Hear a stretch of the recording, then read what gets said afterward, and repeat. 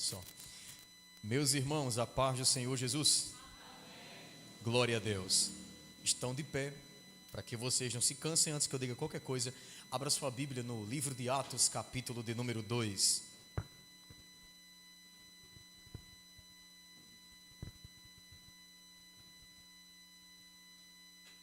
Atos, capítulo de número 2.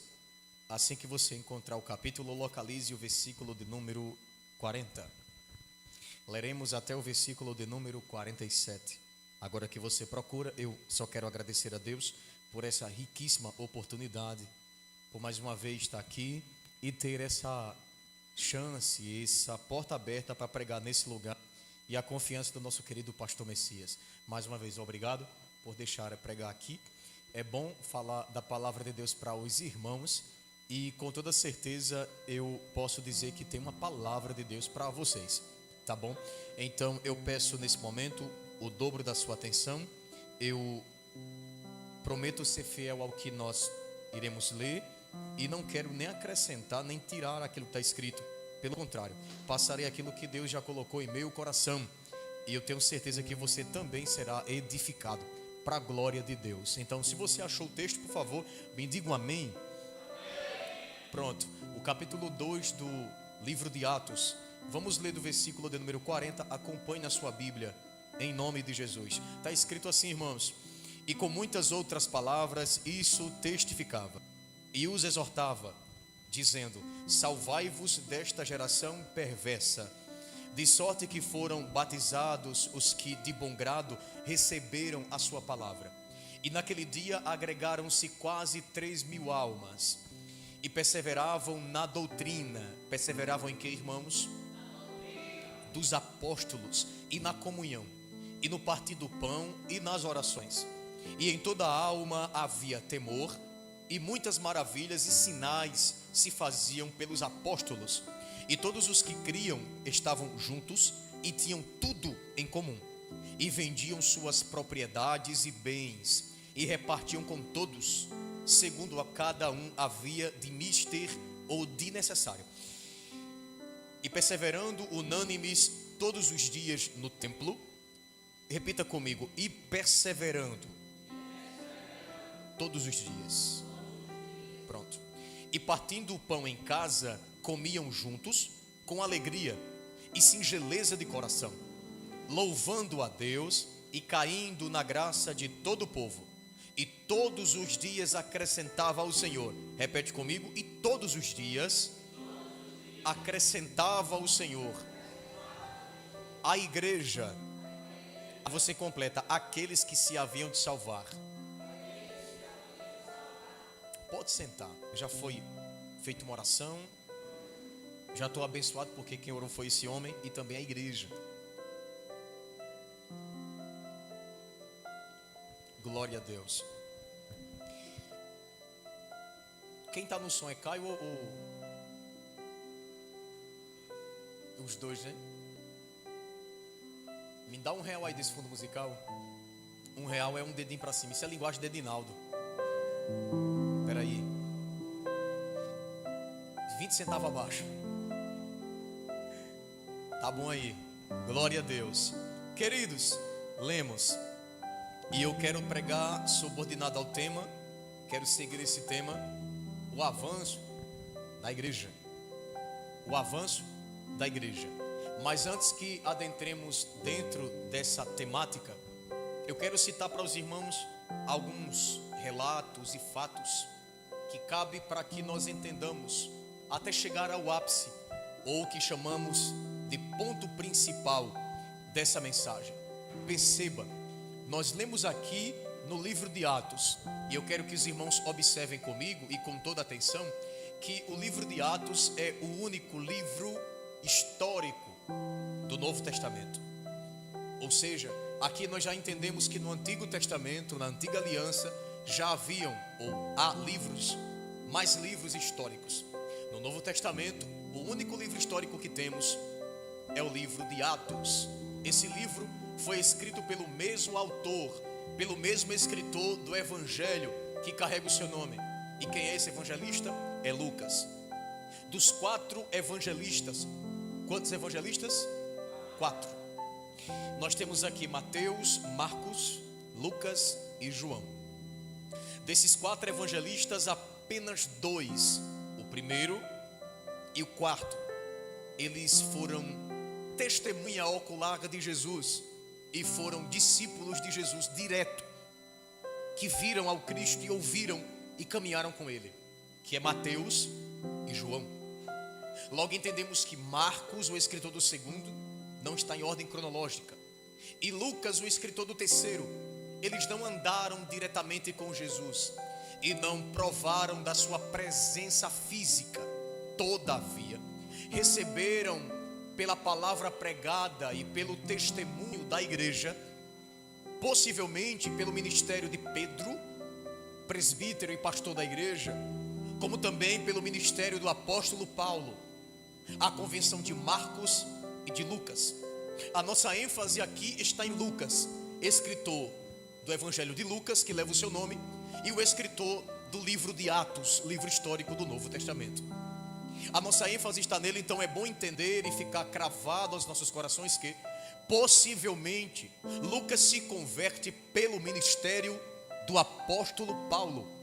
E há quem diga, eu não vou tanto por aí, mas estudo também e vejo, mas é forte o índice de que Lucas possivelmente se converteu naquela noite em que Paulo estava pregando, antes da sua viagem, da sua saída, estava pregando, e ele pregava muito e por muito tempo. Eu quero abrir aqui um parênteses, pastor Messias, e explicar um pouco sobre isso. Paulo, ele pregava muito e também por muito tempo. Deixa eu ver se você consegue entender, repete comigo. Paulo pregava muito. Isso é didático, viu? E agora você diz assim, e também pregava por muito tempo. Eu digo que Paulo pregava muito pelo conceito, pelo julgamento popular que nós temos. O quê? Paulo pregava muito porque Paulo tinha muito o que pregar. Paulo tinha o que pregar a respeito de Cristo, que é o evangelho da nossa salvação. Paulo tinha como testemunhar pregando sobre os seus acontecimentos, sobre os atos que Deus fizera, tanto por ele quanto por aqueles que andavam com ele, com o seu ministério, como por exemplo, os seus 3, 4 naufrágios e o que Deus operara através dessas tribulações que Paulo passava. Paulo pregava muito porque Paulo tinha muito conhecimento de várias culturas, a lei de Deus, por exemplo, pois ele era um tanto quanto gentil e predominantemente judeu. Paulo pregava porque conhecia muito a respeito de Jesus e sua mente teológica e cristocêntrica era muito aguçada, ou seja, Paulo estava centrado em pregar a Cristo. Então ele pregava muito porque de fato ele tinha muito conhecimento e muito o que passar para a igreja primitiva, a qual ele foi coluna e participante do crescimento da igreja. Como também Paulo pregava muito por muito tempo. Ou seja, se deixasse, o cara começa a pregar, sei lá, a gente começa a pregar aqui de 8h30. Ele começava a pregar de 8h30, pastor Messias, aí lá vai para 8h40, lá vai para 8h50, lá vai para 9h30. E segundo o que está relatado no livro de Atos mesmo, ele prega, já vai lá para meia-noite, pegando para a madrugada. E um jovem Eutico, fecha o parênteses, o jovem Eutico estava na janela. E as luzes que iluminava, trazia luz para aquele templo, para aquele local onde Paulo estava pregando, em união com os irmãos. Era uma luz que gerava fumaça. Essa fumaça ardia os olhos, e para quem estava com sono, o bicho pegava. Então talvez, não é direto, não é uma verdade aqui, um fato, uma doutrina, um dogma, mas talvez isso foi um dos motivos para que Eutico ficasse com mais sono ainda. Seu olho pesa e ele cai daquela janela, e supostamente Eutico cai morto. Paulo desce, abraça o menino, e como a gente é pentecostal, eu vou utilizar esse tipo de fala. Abraça ele, olha para ele e fala, tá tudo bem, sobe que eu vou pregar de novo. Então possivelmente Lucas estava ali, e ao ver aquele ato, porque Eutico foi dado possivelmente como morto, e Lucas, sendo médico, sabia sobre a medicina, ele olha e ele já deduz, está morto. E Paulo abraça aquele cara, ressuscita, e ele volta a pregar com alegria sobre o evangelho de Jesus. Então possivelmente para alguns estudiosos, Lucas realmente ele se converte nessa ida e vinda de Paulo e nessa ressurreição de Eutico. Mas aí não é algo certo, é uma suposição. Alguns alegam e dizem que o fato é, mas essa enrolagem toda para dizer para você se foi naquele momento ou não, uma coisa é certa: Lucas se converteu, ele foi cheio do Espírito Santo. Pelo ministério de Paulo, ele escreve o Evangelho e também escreve o livro histórico chamado de Atos. E ele tem toda e qualquer preocupação de deixar bem claro aquilo que Jesus continuou operando após a sua ressurreição pelo Espírito Santo que foi dado à igreja, para que ela avançasse segundo o poder de Deus.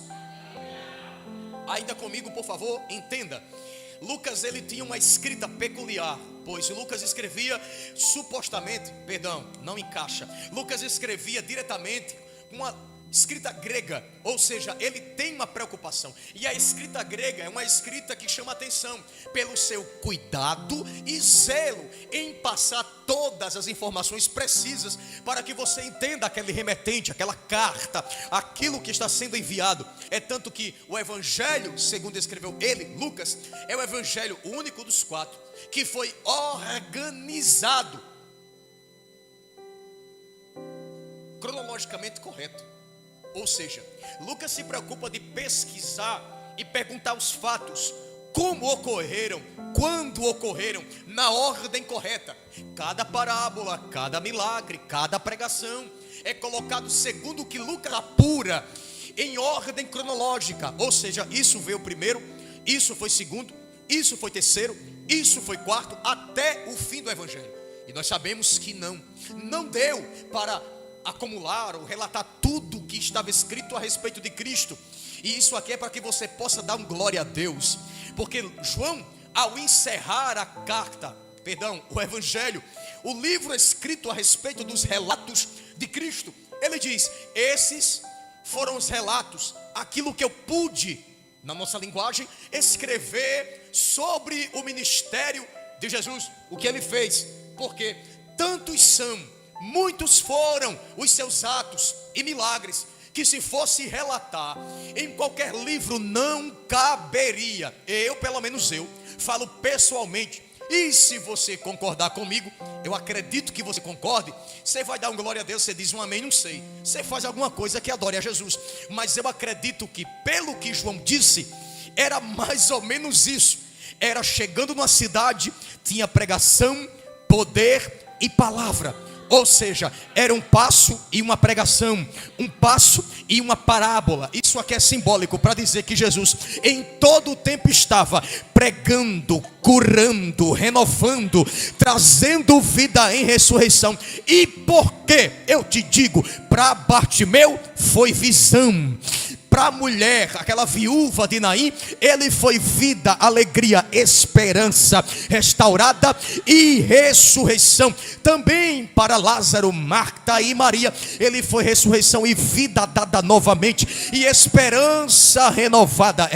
Para o leproso ele foi a cura e a limpeza da pele, e para aqueles que necessitavam ele foi água que mata a sede e pão que mata a fome. Ele multiplica pão e peixe, e a multidão não sente fome, porque Jesus era, é e sempre continuará sendo aquilo que a igreja precisa que ele seja, e em tudo para nós ele é o nosso Deus, Senhor adorado, e a nossa salvação é sobre ele que Lucas se preocupa de escrever. O Jesus, o homem perfeito, o servo fiel, aquele que cumpriu o ministério segundo o envio e a vocação de Deus. Jesus. Aleluia.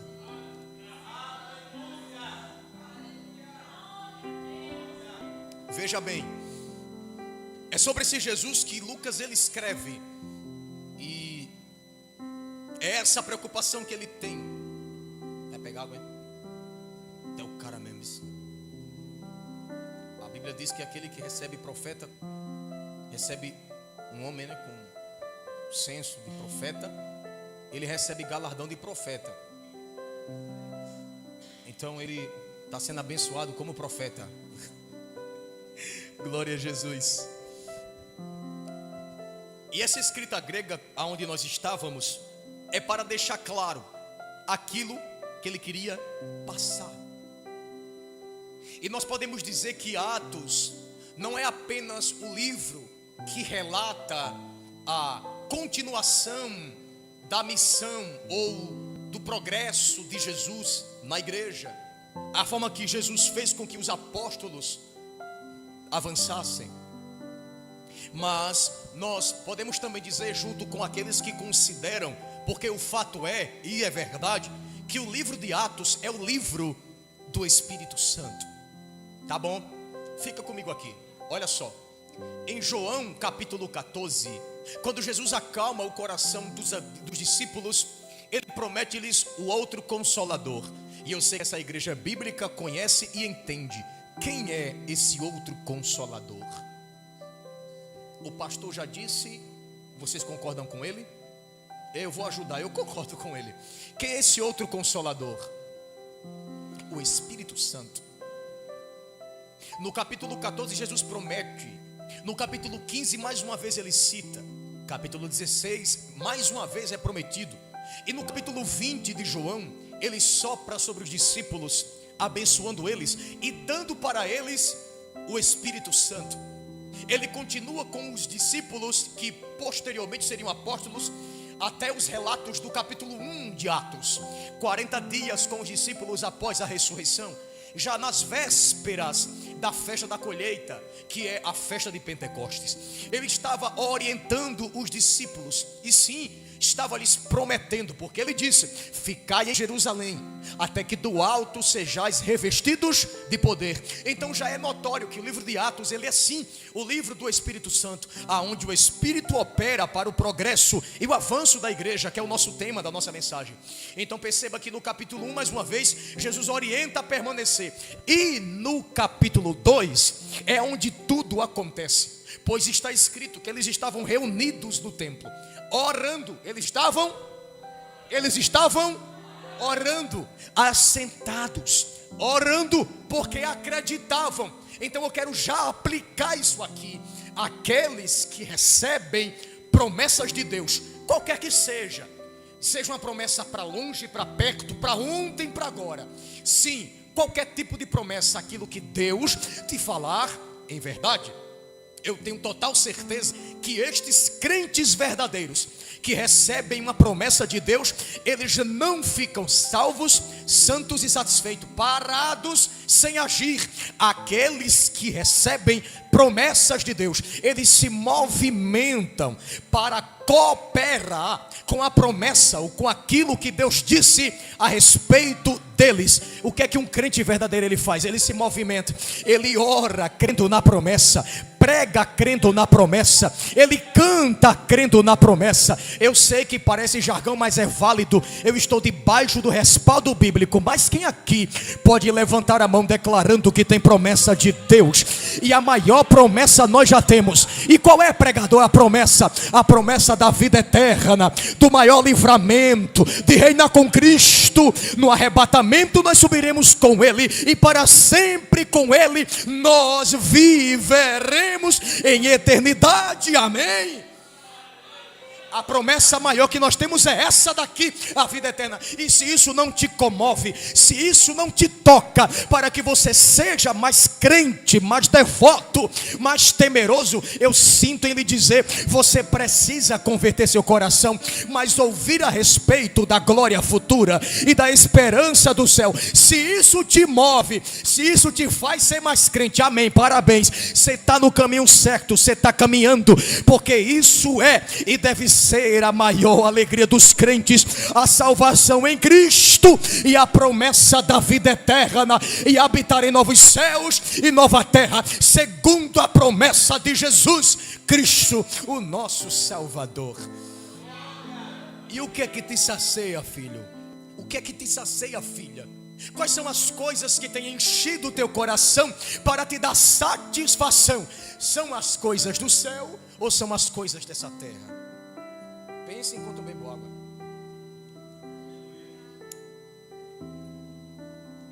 E Talvez você pense que não, mas sobre você se satisfazer em Deus ou não, isso coopera muito para o avanço da igreja. E sabe por quê? Porque você é um indivíduo, uma peça, um membro do corpo que Jesus quer usar para que a igreja avance. O jovem entendeu. Você consegue colocar a mão no seu coração e declarar umas palavras comigo? Eu sou o primeiro. Não fui, a irmã foi a primeira. Repete comigo assim: eu sou. Pastor Messias, dá para ser mais forte. Não é grito, é mais forte. Não é grito, é mais forte. Diga assim: eu sou. Isso, uma fala encorpada. Um instrumento que Deus quer usar para propagar e fazer a igreja avançar. Você viu quanto você é especial? Eu vou fazer umas perguntas para prender tua atenção. Eu quero realmente te incomodar. Pastor, eu vim incomodar. Eu tenho licença dele para isso. Eu não estou doutrinando a igreja aqui, não sou pastor, mas eu vim te incomodar. Ele está aqui para isso, ele me deu essa liberdade. Eu quero te dizer uma coisa: quem foi cheio do Espírito aqui? Você. Quem foi tocado pelo Espírito? Você. Quem foi tocado por Deus? Você.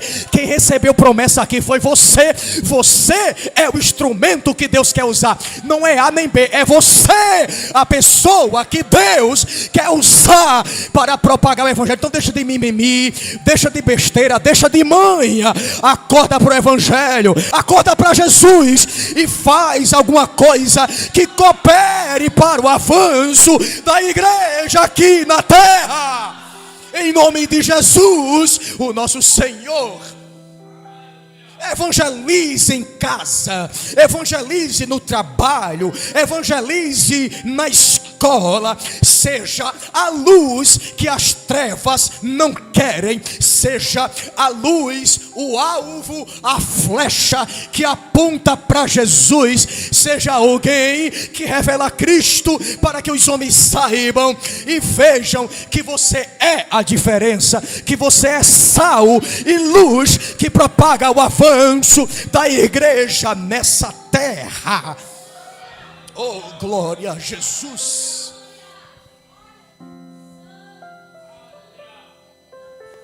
Eu caminho para o tema central e aqui chegamos: avanço da igreja.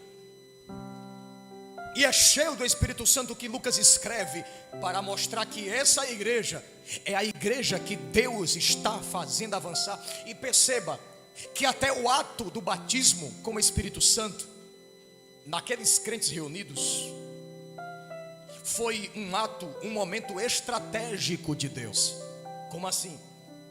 Deus, ele escolhe um dia, o que chamamos de festa da colheita, ou das colheitas, o dia de Pentecostes. E era comum reunir muitas pessoas em Jerusalém para prestigiar essa festa e participar. Sim, é naquele momento onde havia muitos visitantes.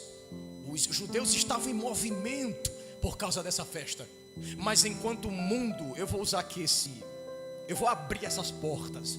Enquanto aquele mundo, aquelas pessoas estavam em movimento por causa da festa das colheitas, do Pentecoste, tinha uma igreja querendo colher um outro tipo de coisa. Ou seja, para que eles avançassem, eles precisavam colher aquilo que Deus prometera. Não pegaram. Pegou, mas eu quero uma reação sua. Essa igreja é inteligente. Vocês são bênção demais, então reage comigo, porque eu estou empolgado e quero que vocês empolguem também. Prega comigo. Eles estavam querendo colher aquilo que estava debaixo da promessa de Deus. O que é que você quer colher, meu filho? Segundo a palavra que Deus liberou para você. Eles queriam, veja lá, eles queriam e colheram aquilo que Deus prometera, pois Deus prometera o Espírito. E foi Jesus que disse que rogaria ao Pai. Logo, Jesus torna-se aqui e tornou-se para nós e é o doador do Espírito Santo. E quem o Espírito Santo é? O agente avivador da igreja. Eis aí o porquê esta igreja é avivada, Caio. Eis aí o porquê você é avivado. Eis aí o porquê a missionária Dene é avivada. Eis aí o porquê o pastor é avivado. Eis aí porque as irmãs, as crianças, os obreiros são avivados. Porque, pregador, eu explico. Porque vocês carregam dentro de si a presença do agente avivador da igreja. E quem é ele? É a palavra que se movimenta como Espírito.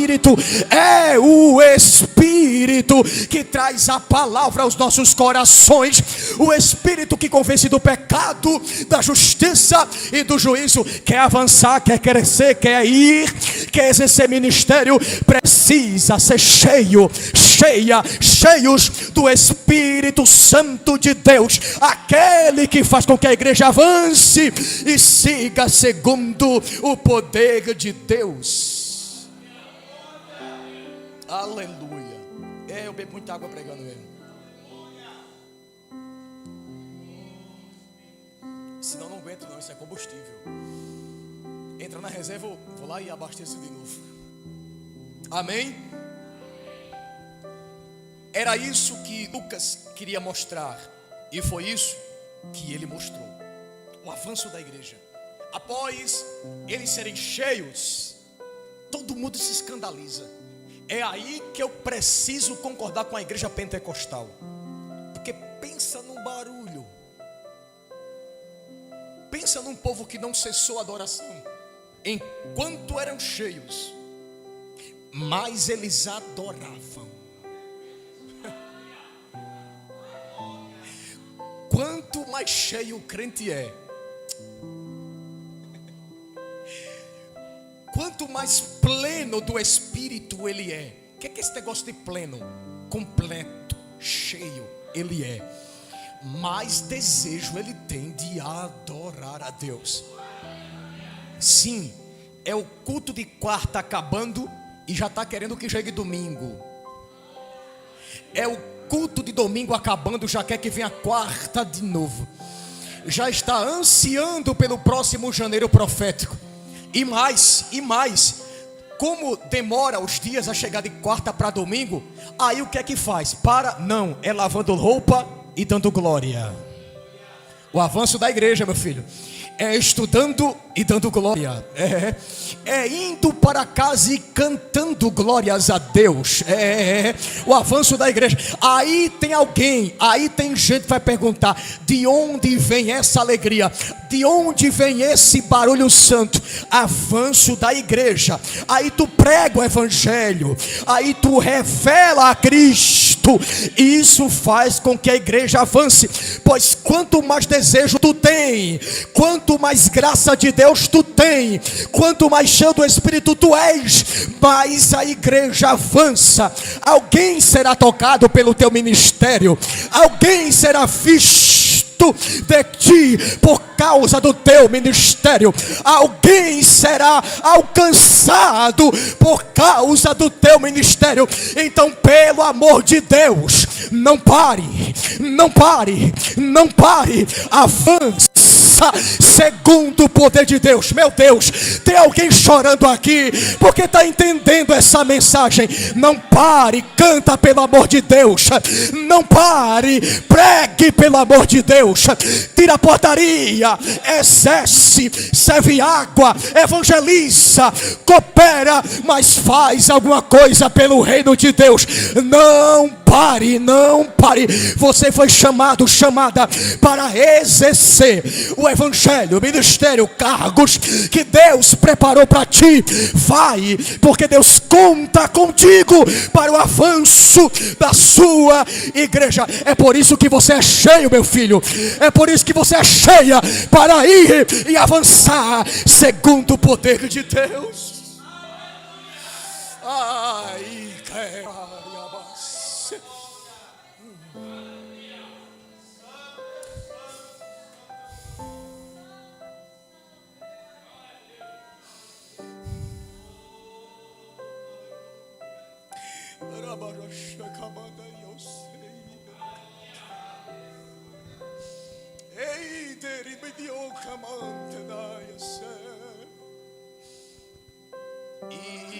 E qual é o diferencial? Aonde está então essa ênfase? A multidão que foi atraída pela igreja cheia do Espírito em Atos 2 é a multidão que acredita na pregação do Pedro cheio do Espírito. Está escrito, nós lemos, versículo 41, de sorte que foram batizados os que de bom grado receberam sua palavra. E naquele dia, naquele único dia, olha só o que um crente cheio do Espírito é capaz de fazer. Naquele dia, agregaram-se, ou seja, foram acrescentados. Era 120 orando. E de 120 houve um avanço de quase 3.000 almas. É o que o pastor Samuel Mariano diz, uma igreja em movimento. Ela não para. O seu barulho é atrativo. O seu barulho gera vida. A sua forma de proceder faz com que muitos tenham curiosidade de conhecer. E conhecendo, são agregados, pegos e salvos pelo Cristo que te salvou. Porque foi isso que aconteceu aqui. Pedro prega nada mais, nada menos a Cristo. Veja bem, no dia, olha isso aqui, não isole, ouça o que, guarda o que já ouvimos e pega isso aqui. No dia que a igreja deixar de pregar Jesus como foco principal da mensagem, essa igreja já perdeu ou perderá a sua essência. A igreja, ela tem que cantar a Cristo, pregar a Cristo e viver segundo o poder de Jesus Cristo. A igreja não só vive de pregação de milagres, a igreja não só vive de pregação de bênçãos, pois qual o maior e melhor milagre a não ser a Cristo em nossas vidas? Qual é a melhor e maior bênção senão a presença de Jesus conosco? É Cristo no começo, Cristo no meio e Jesus no fim. É o Cristo pregador, o Cristo salvador e o Cristo glorificador. Canta Jesus, prega Jesus, ora como Jesus orou. Intronize e coloque Ele no centro. A pregação da igreja é centrada nele, o autor e consumador da nossa fé. Esse é o atrativo de Pedro. E creram. E olha o detalhe que fez com que a igreja continuasse avançando. Versículo 42. E perseveravam na doutrina dos apóstolos, e na comunhão, e no partir do pão, e nas orações. Aí eu quero perguntar para você, que doutrina é essa? Eu acabei de dizer, Jesus dos evangelhos é o Jesus batizador no Espírito Santo. É o Jesus que glorificará nossos corpos. É Jesus no começo, no meio e no fim. A doutrina basilar da igreja é esta. Porque quando precisou dar uma correção brusca, Paulo deu à igreja de Coríntio. Pois foi lá na primeira carta, o capítulo 3, que ele escreve dizendo: nós não podemos pôr outro fundamento além do que já foi posto. E que fundamentação, que sustentação é essa? Aí Paulo diz: Jesus Cristo, a pedra angular, a pedra principal da esquina, a pedra de fundação. E por que pedra? Sustentabilidade. Ele olha para Pedro e diz: ó Pedro, a tua confissão foi linda. E qual foi a confissão do pregador Pedro? Foi essa daqui: tu és o Cristo, o Filho do Deus vivo. Pronto, Cristo. Aí ele disse: muito bem, agora tu és fragmentos de pedra, Petros, pequenas pedras. Tu não serve para ser fundamento, mas tu és aquele que será usado para seguir após o fundamento. Como assim? Ele explica sobre esta pedra, porque a confissão foi: és o Cristo.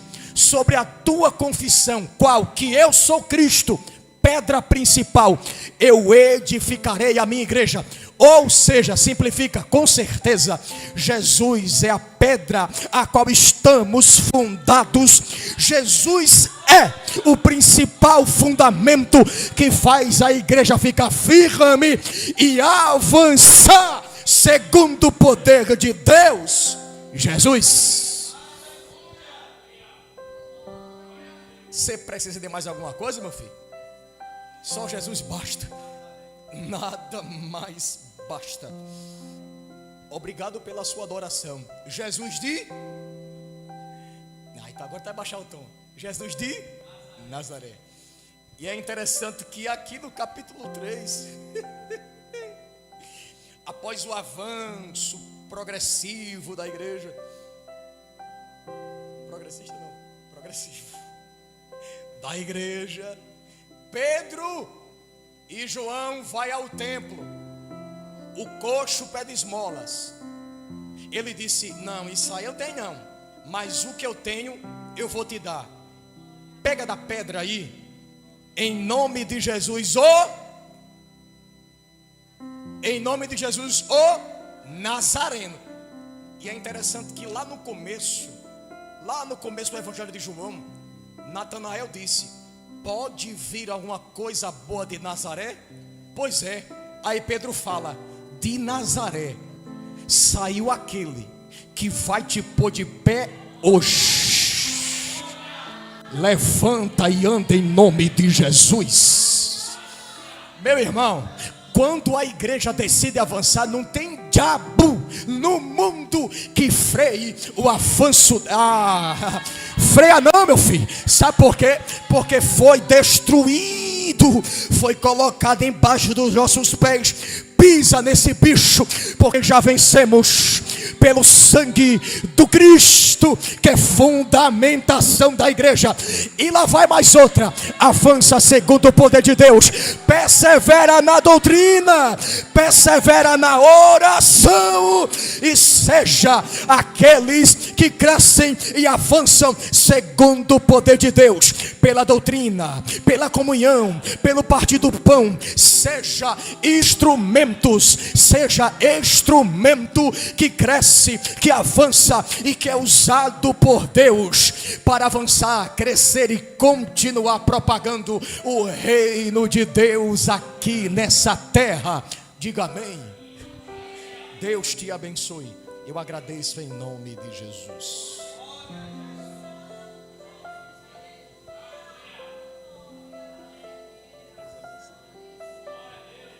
Quem pode dar glória para Jesus?